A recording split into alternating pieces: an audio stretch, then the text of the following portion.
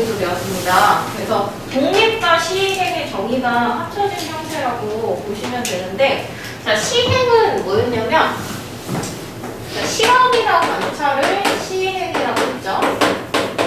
주사위 던지기, 동전 던지기 이런 걸 이제 우리가 시행이라고 했었는데, 이 시행을 하려면 두 가지 조건이 필요했어. 첫 번째는 뭐냐면, 자, 동일한 조건 하에서 반복할 수 있어야 된다. 그 다음에 두 번째 조건이 그 결과가 우연에 의해서 결정이 되어야 된다. 그래서 이 두 가지 조건을 만족을 하는 경우에 우리가 시행이라고 이야기를 했었고요. 그 다음에 독립은 이제 우리 바로 전에 했잖아. 자, A하고 B라는 두 사건이 서로 영향을 주지 않는 것. 그게 이제 독립이었죠. 그래서 독립 시행은 뭐냐면 똑같은 시행을 여러 번 반복을 하는 거야. 독립 시행은 똑같은 시행을 여러 번 반복을 하는데 그 여러 번 반복하는 시행에서 서로 사건에 영향을 주지 않는 거야. 그게 이제 독립 시행이거든요. 그러니까 내가 첫 번째 주사위를 던졌어. 자, 주사위를 1회 던졌더니 1의 돈이 나왔다. 자, 주사위를 2회 던졌더니 3의 돈이 나왔어. 자, 동일한 시행을 계속 반복을 여러 번 반복을 하는 거고, 그 다음에 3회 던졌더니 또 4의 돈이 나왔어. 그러면 이렇게 1의 돈이 나오는 사건, 3의 돈이 나오는 사건, 4의 돈이 나오는 사건, 얘네들끼리 서로 영향을 줘? 1의 돈이 나오면 다음에는 1의 돈이 절대 나올 수 없어. 뭐 이런 거야? 그런 거 아니잖아. 그치? 그래서 얘네들은 서로 영향을 주지 않아. 그래서 이렇게 똑같은 시행을 여러 번 반복하는 데 있어서 이 사건들이 서로 영향을 주고받지 않는 경우에 이제 우리가 독립시행이라고 이야기를 하는 거야. 독립시행 이렇게. 자, 그래서 뭐 독립시행에는 어떤 것들이 있냐면, 요거는 좀 적어놓을까요? 뭐가 있냐면, 아까도 얘기한 것처럼 주사위 던지기, 앞으로 많이 나온 거니까. 그 다음에 동전 던지기. 여기 이제 대표적인 독립시행이야. 주사위를 막 여러 번 던지는 거, 동전을 여러 번 던지는 거. 그 다음에 이제 관역 맞추기. 화살 쏘는 거야? 그래서 좀 이제 명중률을 문제에서 제시를 해주거든. 자, 내가 1회 관역을 맞췄어. 1회 관역을 맞췄어. 그래서 그 다음에 2회 관역을 맞췄어. 그러니까 첫 번째 관역을 맞췄을 때 뭐 명중률이 3분의 2야. 그러면 2회 관역을 맞추거나 맞추지 못하거나 할 거 아니야. 그치? 근데 첫 번째 관역을 맞췄어. 두 번째 관역을 맞춘다? 맞추지 못한다. 이게 서로 연관성이 있냐고. 첫 번째 맞췄다고 해서 두 번째 반드시 맞춘다. 뭐 이런 건 아니잖아. 그치? 그래서 이제 명중률은 독립시행을 보시면 되고, 그 다음에 이제 합격률. 그 다음 뭐 시험 문제. OX 문제라든지 오지 성나요 문제 있잖아요.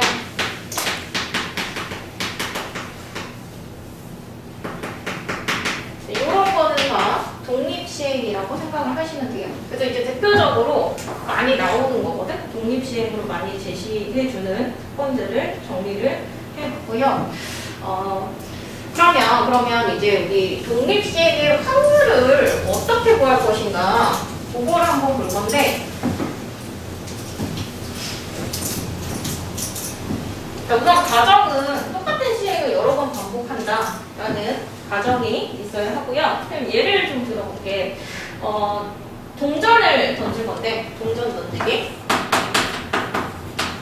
3번 던질 거야.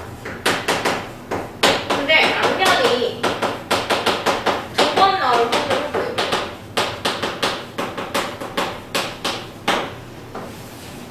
자, 그러면 3번 던질 건데 악면이 2번 나오는데, 그럼 악면이 이렇게 나오거나 뭐 이렇게 나오거나, 그 다음에 이렇게 나옵니다. 이렇게 세 가지 케이스가 있겠죠. 그죠?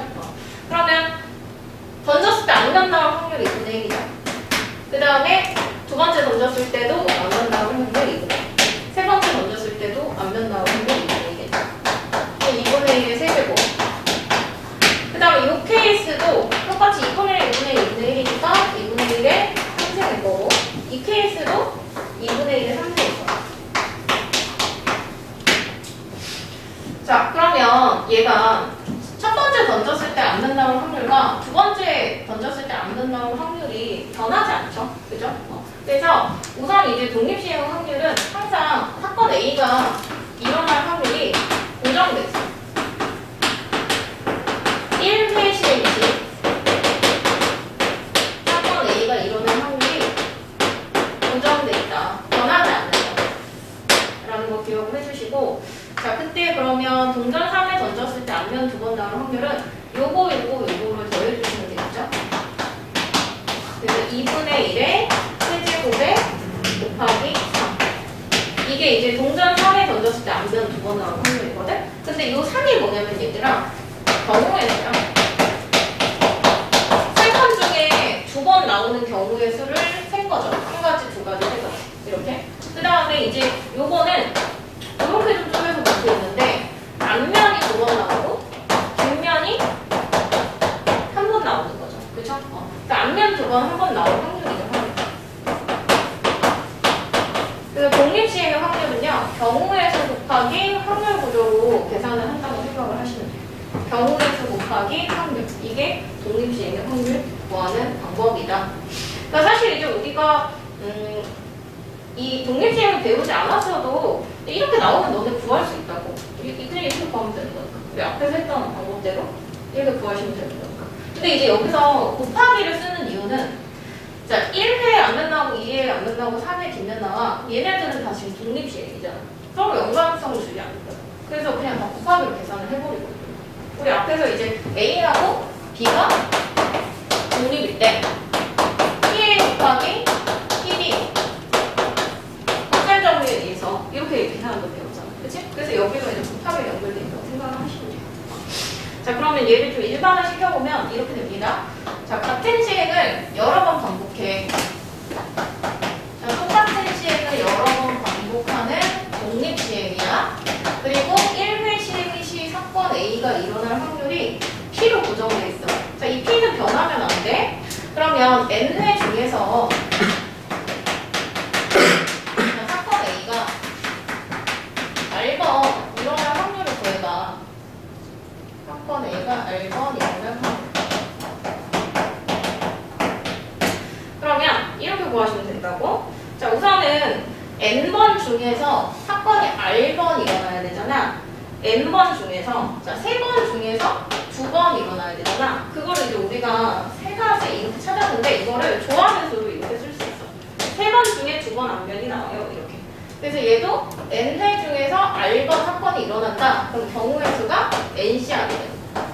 N번 중에서 사건이 R번 일어나요. 이렇게 경우의 수 구해주고, 그 다음에 이 사건이 R번 일어난다고 했으니까 일어날 확률이 P니까 일어날 확률이 R번 곱해주고요. 일어나지 않을 확률, 6번이죠? 이게 총 N회 중에 R번 일어나면 일어나지 않는 경우는 N-R번이 되겠죠. 그래서 이게 이제 독립시행의 확률을 구하는 식이다라고 생각을 하시면 돼요. 자, 이거는 이제 우리가 확률을 계산하는 방법을요, 그냥 공식화했다고 생각하시면 될 것 같아요. 요걸 그냥 이렇게 구해도 돼. 이렇게 구해도 되는데, 그걸 이제 예쁘게 공식화했다고 생각하시면 될 것 같아요. 자, 그래서 문제를 좀 봐볼게요. 자, 먼저 이 문제가 독립시행의 확률인지를 구분을 하실 수 있어야겠죠. 문제 9번. 그래서 그거를 이제 구분을 하는 방법이 대표적인 독립시행들을 좀 기억을 해주시면 좀 쉽겠지. 자, 주사위 던지기. 독립시행이요. 6번이나 던져. 똑같은 시행을 여러 번 반복을 하고 있고요. 자, 짝새 눈이 4번 나오죠. 그럼 봐봐. 주사위 6번을 던질 문제는데 짝수의 눈이 4번 나오는데 그럼 경우의 수는 64가 되죠. 그리고 주사위를 던졌을 때 1회 던졌을 때 짝수의 눈이 나올 확률은 2분의 1이죠. 그래서 짝수가 4번 나오고 그럼 홀수가 2번 나와야겠지. 이렇게 구하면 이제 짝수가 4번 나올 확률이 되는 거예요.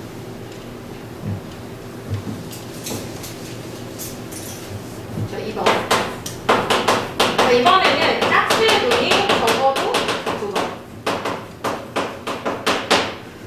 자, 지금 적어도라는 말이 있기 때문에 우리는 여사건으로 계산을 해볼게. 1에서 뺄 거야. 뭘 뺄 거냐면 2번, 적어도 2번이라고 했으니까 0번 나오는 경우와 3번 나오는 경우를 빼주면 되겠죠. 자, 그러면 총 6번 중에 0번 나와. 짝수가 0번 나온다고? 그럼 홀수는 6번 나와야지. 또는 총 6번 중에 3번 나와. 짝수가 1번. 홀수가 5번. 그래서 요거를 빼주시면 짝수가 적어도 2번 나올 확률이 계산이 되는 거고요. 자, 예제 10번 볼게. 자, 한 개의 주사위를 던져 3의 배수의 눈이 나오게. 동전을 3번 던져. 4의 배수의 눈이 나오게. 동전을 4번 던져. 자, 동전의 앞면이 2번 나올 확률. 자, 그러면 여기서도 동전의 앞면이 2번 나올 수도 있고 여기서도 동전의 앞면이 2번 나올 수도 있기 때문에 이 2가지 케이스를 다 계산을 하셔야 동전이 앞면이 2번 나올 확률을 구하실 수 있는 거거든. 그래서 첫 번째, 자, 우선 주사위 던졌는데 3의 배수의 눈이 나와야 된대. 그러면 6분의 2가 되겠죠. 자, 그랬을 때 동전을 3번 던져서 동전 앞면이 2번이야. 그럼 3번 중에 2번이 앞면. 앞면이 2번. 뒷면이 한 번 나오면 돼. 맞아? 두 번째. 자, 4의 배수의 눈이 나와? 그럼 6분의 4 하나밖에 없네요. 곱하기. 동전 4번 던져. 그 중에 앞면이 2번. 앞면이 2번, 뒷면이 2번. 그래서 동전의 앞면이 2번 나오는 경우는 이것 또는 이거니까 얘네 둘을 더해주시면 되겠죠. 돼요? 됐어요? 됐나요? 안 됐어요? 어디서 바뀌었어? 그 2분의 1 왜 하는 거죠? 2분의 1? 네. 2분의 1은 봐봐. 동전을 3번 던져. 동전 3번 던지면 어떻게 나올 수 있냐면 앞면이 2번 나오면 이렇게 나올 수 있어. 앞면, 뒷면. 오케이? 그러면 동전 한 번 던졌을 때 안 던다는 확률 알까요? 그치? 그 2분의 1이요.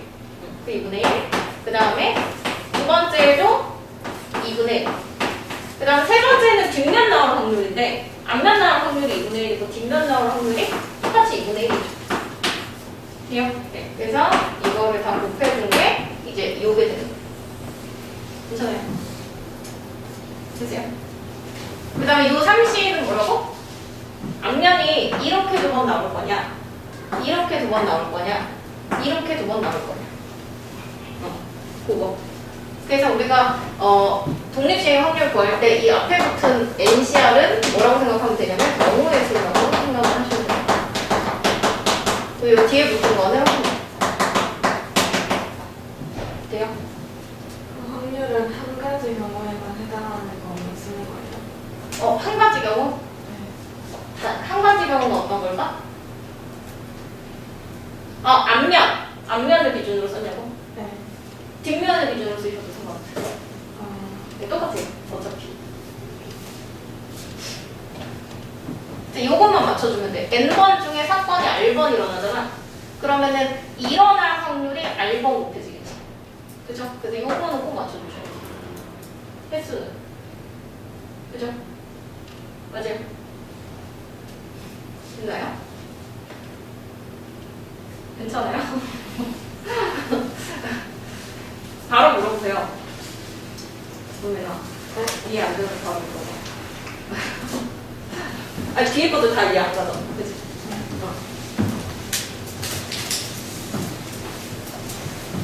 자, 하나 더 해볼게요. 자, 예제 11번. 자, 한 개의 동전을 던져 앞면이 나오면 20점. 뒷면이 나오면 10점을 얻는데, 자, 동전 던지기는 독립시행입니다. 자, 동전을 여러 번 던져요. 8회 던진대. 자, 던져서 100점을 얻을 확률. 그러면 지금 앞면이 몇 번 나오고 뒷면이 몇 번 나오는지 알아야 이 100점을 얻을 확률을 구할 수 있거든요. 그래서 앞면이 X번 나온다고 가정하고요. 뒷면이 얘가 X번이면은 총 8번 던지잖아. 뒷면은 몇 번 나와? 자, 총 8번 얘가 X. 얘는? 8 빼기 X번 나오겠지. 맞아요? 네. 자, 그랬을 때 100점이 나와야 되니까 우선 100점이 나오는 케이스를 구해보셔야 돼. 그럼 20점이 X번, 10점이 8-X번 나왔을 때 100점이 돼야 된다는 얘기잖아. 맞아? 그러면 20X 하고 빼기 10X 그 다음 80 한 개 100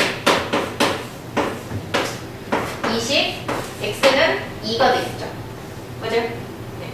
그러면 얘가 지금 어떻게 나와야 되는 거냐면 얘가 2번 나오고 얘가 6번 나와야지 총 100점이 나오는 거야. 됐어? 그럼 이제 봐봐. 100점을 얻을 확률을 구하래. 100점을 얻을 확률. 자, 총 몇 번 던진다고? 8번. 그죠? 자, 8번 던지고 앞면이 2번 나오는 거지. 맞아요? 그 다음에 앞면 나올 확률 1회 시행 시 앞면 나올 확률은 2분의 1이겠네. 근데 앞면이 2번. 그럼 뒷면은 6번 나와야겠지. 돼요? 이렇게 구해도 되고, 그 다음 이렇게 구해도 돼. 선생님 저는 앞면 나오는 거 기준으로 구하고 싶지 않아요. 뒷면 나오는 걸 기준으로 구하고 싶어요. 그래도 돼요. 그러면 총 8번 던지는데 뒷면이 6번. 그럼 뒷면 나올 확률 6번, 앞면 나올 확률 2번. 이렇게 구하셔도 돼요. 상관없어. 기준은 어디에 잡든 상관없어.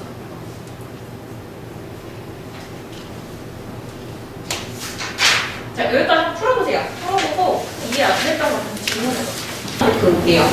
자, 128페이지 보시면 확률 변수의 정의 있거든요, 얘들아. 이게 우리가 맨 처음에 확률 변수를 배울 때 조금 어려워하는 정의야. 거기 책에 보시면 확률 변수는 뭐라고 나와 있냐면 표본 공간의 각 원수. 체크해봐. 확률 변수란 표본 공간의 각 원소에 하나의 실수를 대응시킨 함수다. 자, 확률 변수 뭐라고요? 함수라고, 함수.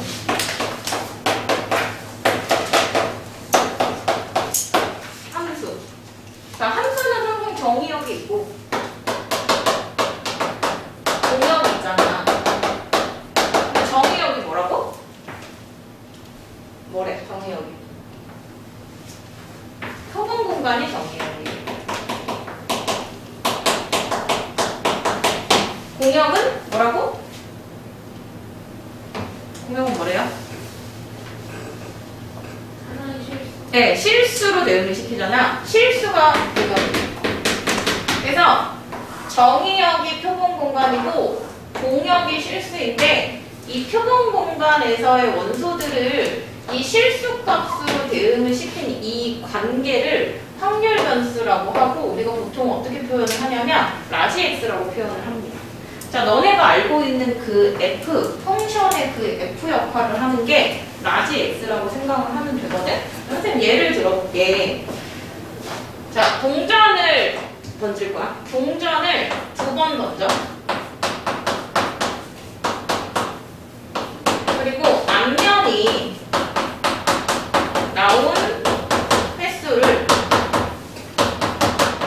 확률 변수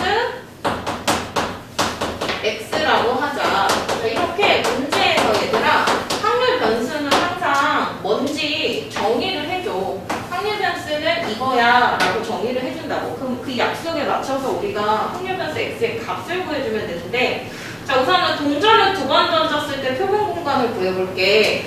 자, 동전은 앞면하고 뒷면이 있죠? 그죠? 그래서 동전 두 번 던지면 앞면 두 번 나올 수 있고, 앞뒤 나올 수 있고, 뒤앞 나올 수 있고, 뒤뒤 나올 수 있지.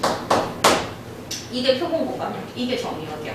근데 이 표본 공간의 원소들을 실수값으로 대응을 시켜준다 그랬잖아. 이 약속에 의해서 앞면이 나오는 횟수를 확률 변수 x라고 하는 거거든? 그럼 동전 두 번 던졌을 때 앞면은 몇 번 나올 수 있어? 몇 번 나올 수 있어요? 네? 두 번 던지는데요? 동전 두 번 던져. 앞면 몇 번 나올 수 있어? 네, 안 나올 수 있죠.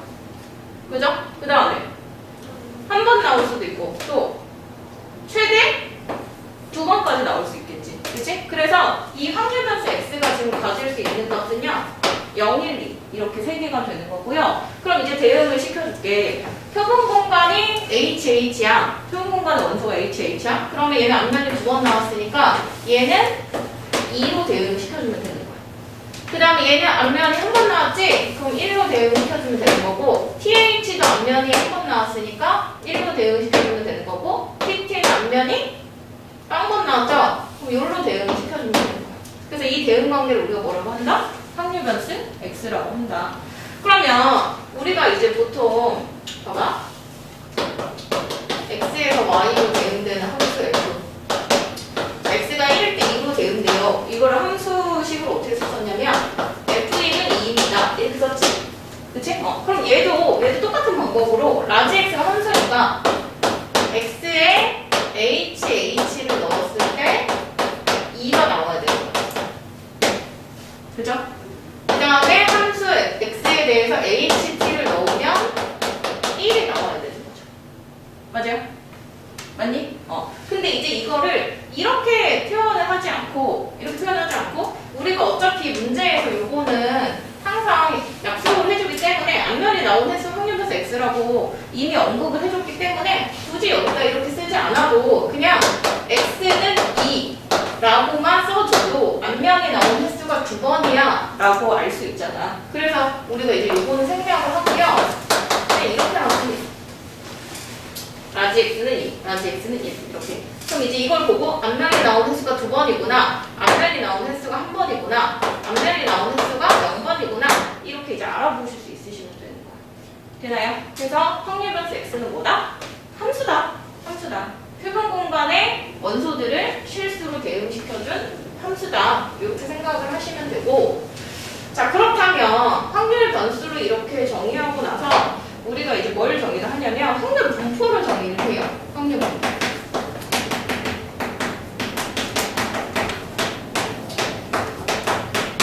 자, 이 확률 분포는 뭐냐면 확률 변수 x의 값을 우리가 여기서 구했잖아. 이 x의 값하고 이 x가 나올 확률 값하고 대응시켜준 관계가 확률 분포예요. 보세요. 지금 x가 0일 때 확률을 구해볼게. 자, x가 0이라는 얘기는 앞면이 딴 번 나왔다는 얘기야. 근데 이때의 확률은 4번 중에서 한 번이죠. 그죠? 그래서 얘의 확률 값은 4분의 1이네. 자, 앞면이 한 번 나올 확률은 4분의 얼마예요? 2죠. 앞면이 두 번 나올 확률은 4분의 얼마예요? 1이죠. 그래서 이 라지 x의 값하고 확률 값하고 대응시켜준 관계를 우리가 뭐라고 하냐면 확률 분포라고 한다고.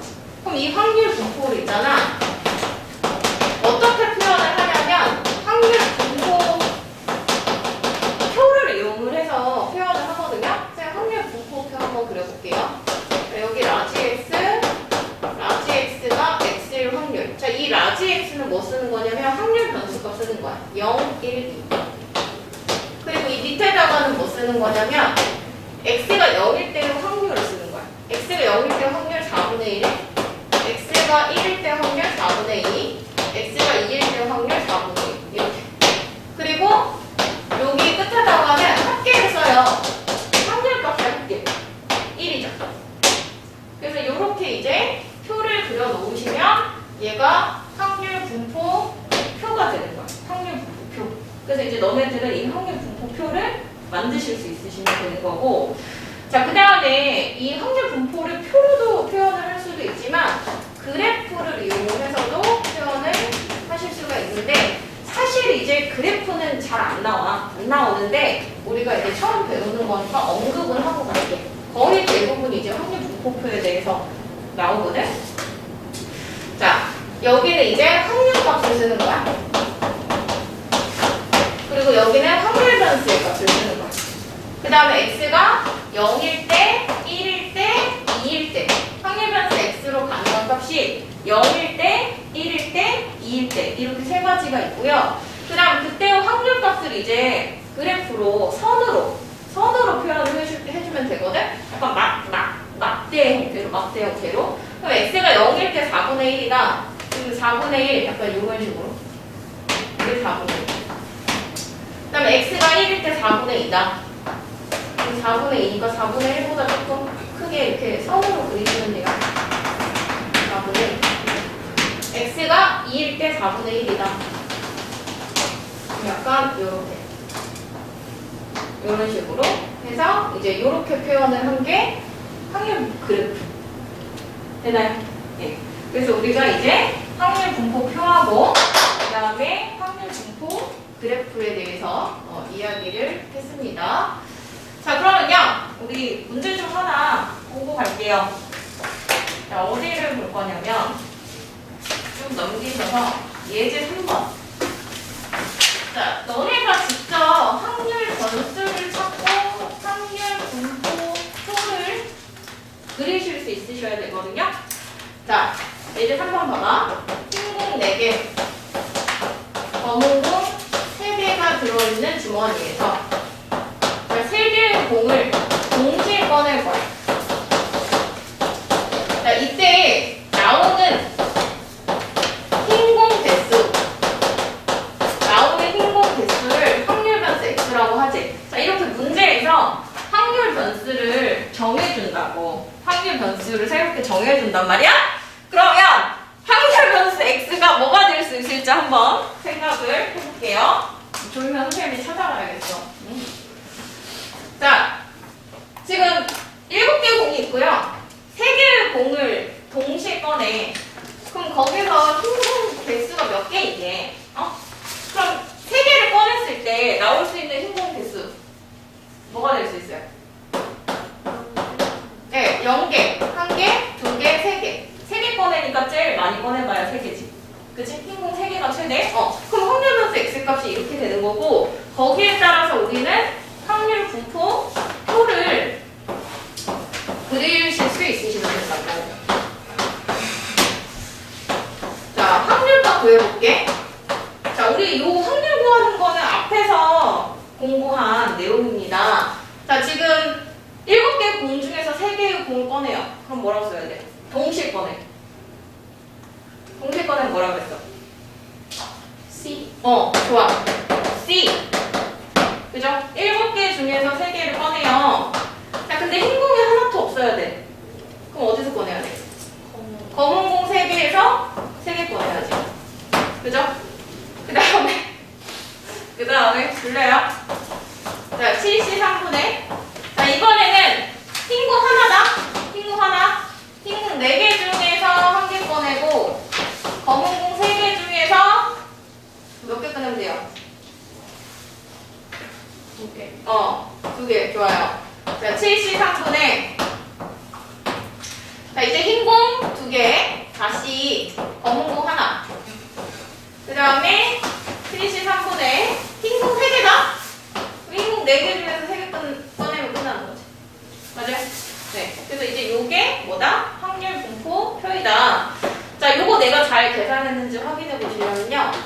이 총 합계가 무조건 1이 나와야 되거든? 그래서 1이 되는지 확인해 보시면 됩니다. 자, 요거 선생님 이따 왜 1인지 이야기 드릴게요. 자, 됐나요? 네. 자, 그럼 우리 2번, 3번까지 해결을 하실 수 있겠네요. 선생님 지금 표 그려드렸고요. 그래프는 너네가 그려보고, 그 다음에 3번은 흰 공이 2개 이상 나올 확률 그랬잖아. 그럼 흰 두 개 이상 나온다 그러면 이거랑 이거지. 그럼 이거 확률 두 개 더해주면 되는 거야. 그죠? 그걸 이제 기호로 쓰면 우리가 뭐라고 쓰냐면 흰 공이 두 개 이상 나올 확률입니다. 이렇게 쓰거든요. 그러면 x가 2일 때 확률과 x가 3일 때 확률을 더해주시면 됩니다. 되나요? 네. 자, 그래서 확률 변수, 확률 분포 알아봤고요. 자, 그 다음에 다시 앞으로 좀 갈게요.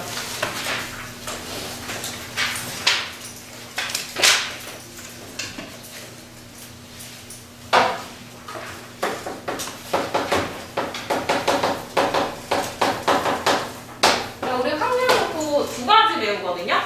어떤 확률 분포를 배우냐면 이산 확률 분포라는 걸 배우고 그 다음에 연소 확률 분포라는 걸 배울 거야.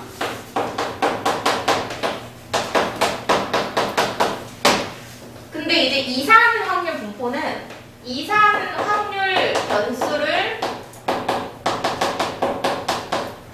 변수로 갖는 분포거든요.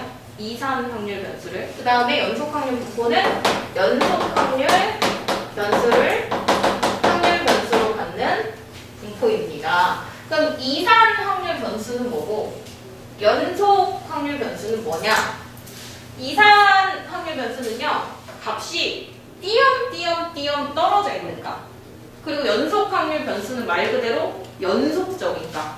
그렇게 이제 구분을 하시면 되는데, 자, 이산 확률 변수는 띄엄띄엄 떨어져 있는 값이니까 뭐라고 생각하시면 되냐면 확률 변수 x가 봐봐 0, 1, 2, 3 이렇게 똑똑똑 떨어져 있지. 정수 형태. 확률 변수 x가 취하는 값이 정수 또는 자연수. 셀 수 있는 값. 하나, 두 개, 세 개, 네 개, 다섯 개 이런 식으로 셀 수 있는 값이라면 이산 확률 변수라고 생각을 하시면 되고요.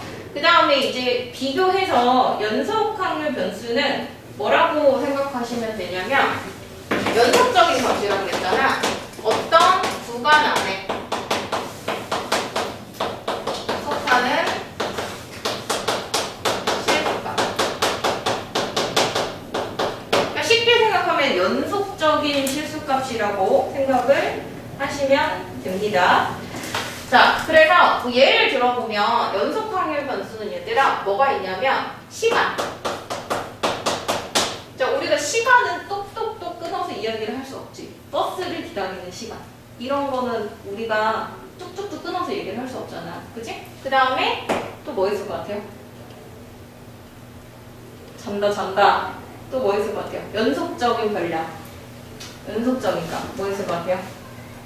너네가 알고 있는 연속적인 값. 뭐 있을 거 같니? 자, 키, 몸무게. 자, 이런 것들은 다 연속적인 값이라고 생각을 하시면 되고, 요거에 대한 이제 이야기는 선생님이 조금 더 자세하게 뒤에서 연속 확률 분포를 하면서 설명을 해드릴게요. 자, 지금은 이산 확률 변수와 연속 확률 변수를 구분하시는 정도로 알고 계시면 되거든요. 자, 거기 책에 보시면 책 봐라. 개념 원리 익히기 잠깐 볼게. 개념 원리 익히기. 자, 우리 이산 확률 변수인 것만을 있는 대로 골라보세요. 160번 보세요. 자, OX 퀴즈 문제 답을 임의로 적을 때 마침 문항수. 자, 20문제거든. 그럼 마침 문항수는 빵개, 한 개, 두 개, 세 개, 네 개 이렇게 셀 수 있잖아. 그치? 그래서 얘는 이산 확률 변수야. 자, 니은 배차 간격이 6분인 지하철을 기다리는 시간. 시간은 연속 확률 변수야. 자, 식목일에 승무원을 방문한 방문객 수는 어때요? 셀 수 있나요? 한 명, 두 명, 세 명? 그죠? 이산 확률 변수요. 이런 식으로 이제 구분하실 수 있으시면 됩니다. 자, 그리고 나서 또 용어가 하나 더 나오는데 확률 질량 함수라는 게 있고요.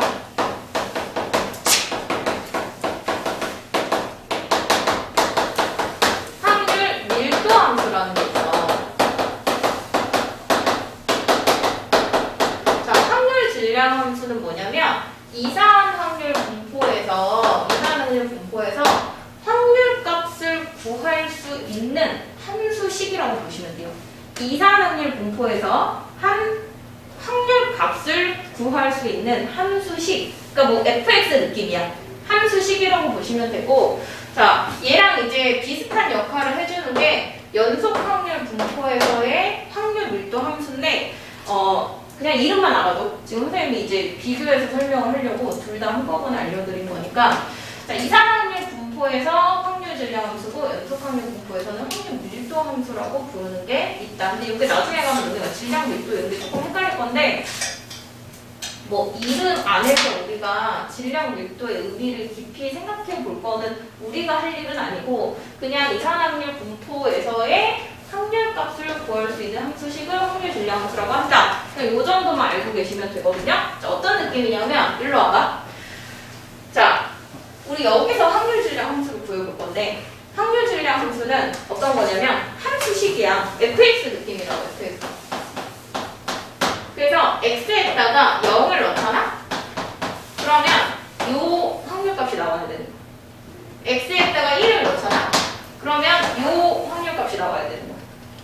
괜찮아? 그럼 그 함수식을 우리가 직접 구할 수 있거든? 그거를 한번 해볼게. 자, 확률 질량 함수 우리가 직접 찾아볼게요. 자, 지금 x가 갖는 값은요 0, 1, 2, 3이야. 그리고 확률 질량 함수 우리가 라지 x가 x1 확률 이렇게 쓰거든요. 그러니까 이게 fx 느낌이라고 보시면 돼요. 자, 근데 봐봐. 지금 여기 보시면 분모가 다 공통이지. 73으로. 그죠? 그래서 확률 질량 함수는 우선 분모는 73이고요. 자, 그냥 분자 봐라. 분자. 자, x가 1일 때 흰 공 4개 중에서 하나 뽑는 거잖아. x가 2일 때 흰 공 4개 중에서 2개 뽑는 거지. 그치? 지금 변수가 이거야, 변수. 그러면 지금 x일 때는 이거 지금 흰 공 개수를 x라고 한 거니까 어떻게 쓸 수 있냐면 흰 공 4개 중에서 x개 뽑아요. 이렇게 쓸 수 있다고. 그죠? 그 다음에 검정공의 개수 볼까요? 검정공의 개수는요, 얘가 x개를 뽑으면 검정공은 몇 개 뽑아야 되니? 자, 우리가 지금 총 3개 뽑는 건데, 흰공을 하나 뽑아. 그럼 검정공 2개잖아. 흰공 2개 뽑아. 검정공 1개라고. 그죠? 그럼 흰공 x개 뽑아. 검정공 몇 개 뽑아야 돼? 그렇지. 3 빼기 x개. 그죠? 그래서 30, 3 빼기 x 이렇게 써주면 이게 이제 확률 질량 함수가 되는 거예요. 그래서 여기 x일 때 0을 넣잖아? 그러면 4C0, 3C3 해서 이게 나오는 거고, x일 때 1을 넣으면 4C1, 3C2 해서 이렇게 나오는 거예요. 그쵸? 그래서 이렇게 확률 값을 구할 수 있는 함수식이 뭐다? 확률 질량 함수다. 이렇게 정리를 해주시면 되고요. 자, 이 확률 질량 함수가 갖고 있는 성질이 있습니다. 그거는 좀 기억을 해주셔야 돼요. 자, 뭐냐면 이 확률값을 보시면 요거 지금 확률이라고. 그럼 우리 앞단원에서 확률의 기본 성질 배웠잖아. 확률은 항상 뭐하고 뭐 사이다? 0하고 1 사이다. 자, 요게 이제 첫 번째 성질이야. 그 다음에 이제 두 번째는 이 확률들을 다 더하잖아? 그러면 이게 모든 경우의 수에 대한 확률값이기 때문에 전사건이 돼야 돼요. 그래서 확률의 총합은 얼마다? 1이다. 그 다음에 이제 세 번째는 표현하는 거. 이렇게 x가 2 이상인 확률은 이런 식으로 표현을 할 수 있고, 이 각각의 확률을 더해주면 된다. 이게 이제 세 번째 성질입니다. 자, 우리 확률 질량 함수의 성질까지 정리를 해봤어요. 자, 그럼 문제 좀 바로 볼게요.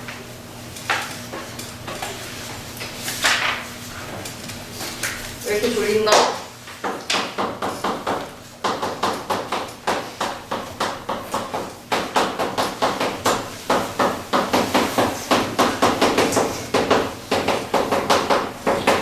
자, 지금 확률 질량 함수거든요. 확률 질량 함수.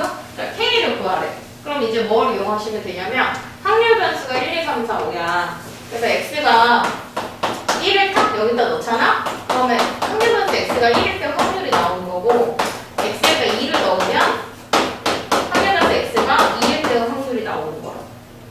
이제 이거를 1, 2, 3, 4, 5를 다 넣어. 1, 2, 3, 4, 5를 다 넣어.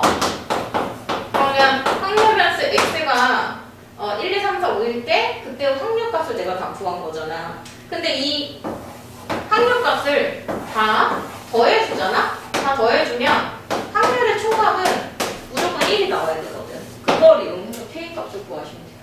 그래서 K분의 1, 2, 3, 4, 5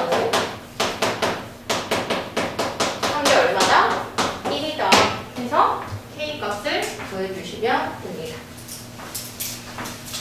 자, 넘어가요. 얘는 이거. 이 앞에는 어렵지 않아? 자, 얘도 이거 보시면, 자, 역시 확률 분포표 나와 있죠.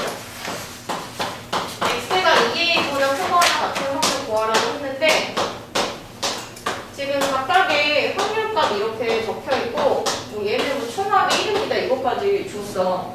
그러면 우리가 이제 이 확률 분포표에서 각각의 확률값을 다 더하잖아? 그러면 무조건 1이 돼야 된다. 그러면 8a가 1인 거니까 a가 8분의 1이 돼야 되고요. 그럼 이제 여기다 넣어. 여기다 넣으면 x가 8분의 1 여기다 넣으면 4분의 1보다 크거나 같을 확률 구하면 되는 거잖아. 그럼 확률 변수 x가 4분의 1보다 크거나 같은 경우 찾아주면 돼. 4분의 1보다 크면 이거겠네요. 그죠? 맞아요. 4분의 1보다 큰 건 이거 3개잖아. 그때 확률값은 7에 1. 근데 a가 8분의 1이니까 8분의 7이 되겠죠. 이렇게 해주시면 돼요. 됐죠? 어렵지 않죠? 네. 자, 다 했어요. 여기까지 해주세요. 자, 졸린 사람은 자, 보세요. 자, 우선은 우리 중3 때 이제 뭘 배웠냐면 별량이라는 걸 배웠어. 별량 기억나? 별량이라는 말? 요맘때 이거를 하면은 아무도 기억을 못하더라고. 별량. 진짜로 다 기억을 못해. 3학년 때 와서 이걸 하면. 별량은 어떤 이제 자료에 대한 뭐 예를 들어서 뭐 내가 10명에 대한 수학 점수를 조사를 했어. 그러면은 그 10명에 대한 수학 점수 값 있잖아요. 그걸 이제 별량이라고 하거든. 그러니까 어떤 현상에 대한 그냥 자료라고 생각을 하시면 돼. 그래서 선생님이 이게 지금 별량을 적어놓은 거야. 7명의 수학 점수.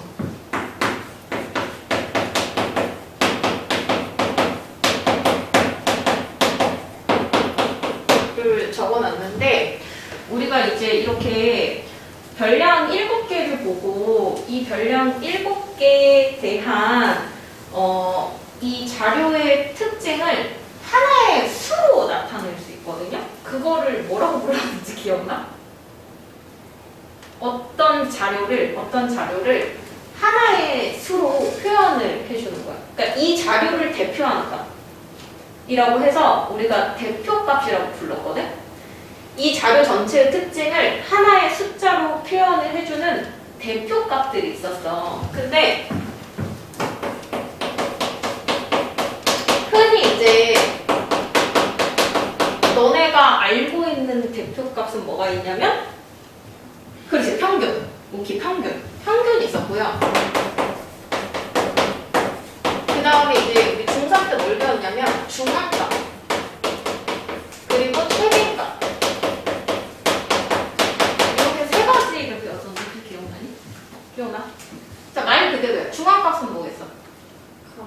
가운데 있는 값. 크기 순서대로 나열을 했을 때 가운데 있는 값 뭐예요? 몇 점? 60이죠. 최빈값 뭐예요? 24. 그렇지, 가장 많이 나온 값 24점. 평균은 뭐예요? 그죠? 계산해야죠. 다 더해서? 네, 7로 나눌까? 그죠? 그래서 이제 우리가 여기서 사실 이야기할 거는 뭐 중앙값, 최빈값 이런 거는 안 나오고 이 평균에 대한 이야기만 할 거거든요. 그러니까 평균은 다 더해서 7로 나눈 건데 그걸 좀 용어로 써보면 별량의 총합. 별량의 총합을 별량의 개수로 나눈 게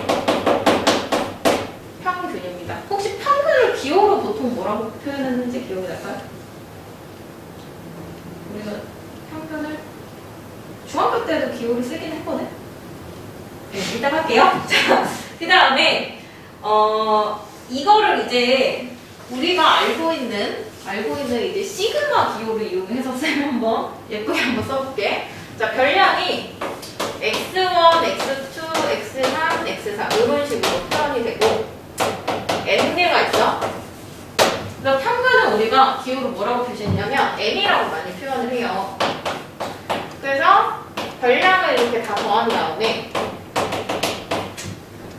총 개수가 n개니까 n으로 나누면 이게 평균인 거지.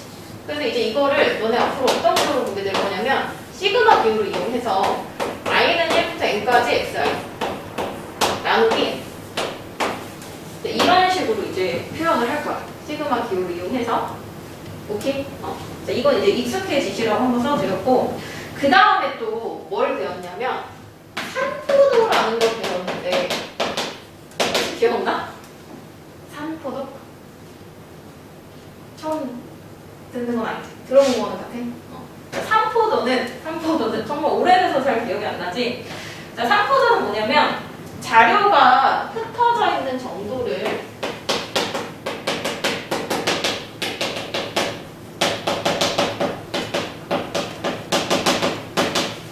숫자로 표현을 한 거를 산포도라고 하거든?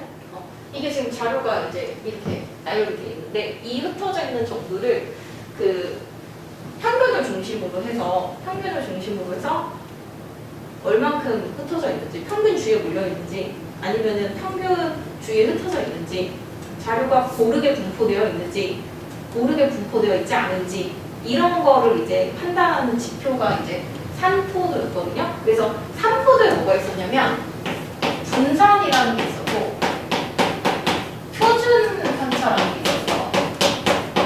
요건 들어보셨죠? 그죠? 이건 들어보시지? 분산 표준 편차. 근데 표준 편차 어떻게 구했는지 기억나? 자, 표준 편차는 자, 다시 그래서 하는 거야. 까먹었어요. 분산의 목표를 씌우는 거거든? 분산은 어떻게 구했냐면 그냥 말해줄게. 자, 편차의 제곱의 평균 이렇게 구했거든? 근데 편차는 뭐야? 다 써줄게. 자, 편차는 별량에서 너무 오래돼서 기억이 안 나서 선생님이 다시 정리해주는 거야. 왜냐면 이제 이런 이야기가 이 통계 단원에 다시 출연을 하기 때문에 정리를 좀 다시 하셔야 되거든요. 그래서 이제 통계 단원은 이제 자료가 흩어져 있는 정도 분산 표준 편차에 대한 이야기가 계속 나오고 이걸 해석하시는 연습도 하셔야 되거든요. 그래서 그거에 대한 이야기를 하기 때문에 정리를 다시 해드렸습니다. 얘들아, 요거는 알아야 돼. 분산이 편차의 제곱의 평균, 편차는 별량대의 평균, 이건 알아야 돼. 요건 조금 적어.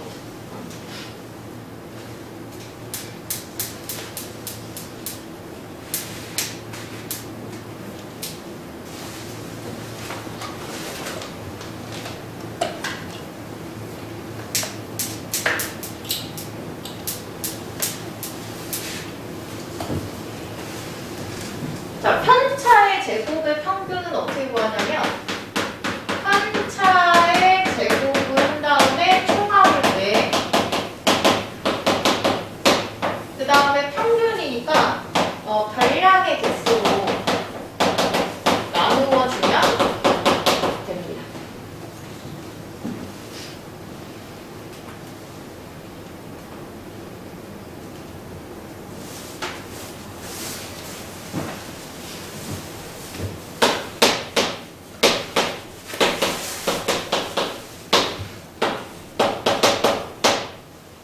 우리 요거 구하는 거 연습을 해보고 그거까지만 하고 이제 마무리를 할게요. 자, 우선은 평균은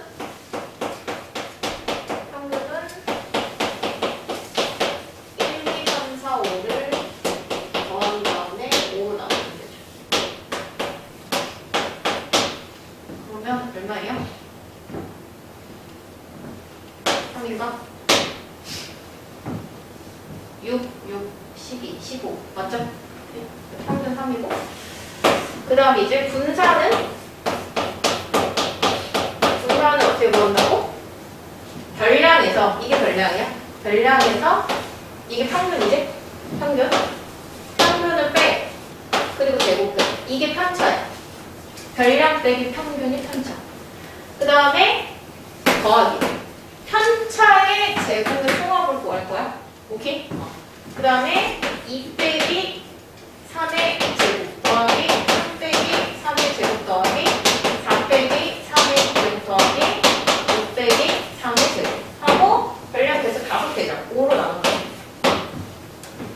이게 분산이야. 그러면 얼마야? 4 1 0 1 4 10 5 2 이게 분산.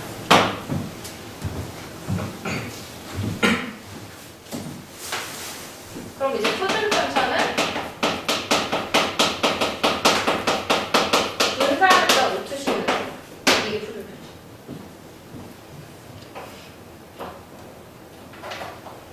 자, 그래서 이게 지금 편차잖아. 자, 편차만 봐봐. 편차만 보면 마이너스 2, 마이너스 1, 0, 1, 2죠. 해서 편차만 더해보면 편차 제곱 말고 편차만 더하면 얼마야? 얼마? 편차만 마이너스 2, 마이너스 1, 0, 1, 2니까 0이죠.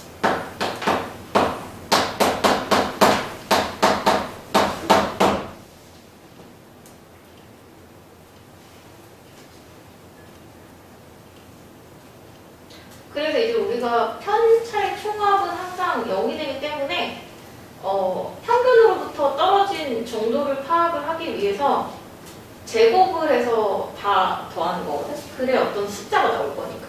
총합만 구하면 이제 0이 돼버렸죠. 돼요? 그래서 이제 요거를 아신다는 전제 하에 우리가 이상 확률 변수를 확률 분포표로 나타냈잖아. 그 확률 분포표를 가지고 평균 분산 표준 편차를 구해볼 거야. 그래서 이제 그거가 요거로부터 시작이 되는 거거든. 그래서 다음 시간에 선생님이 그거를 다시 정리를 해드릴게요. 그래서 요 정도는 좀 복습을 하고 계셔야 합니다. 네. 자, 그래서 우선 여기까지 하고요.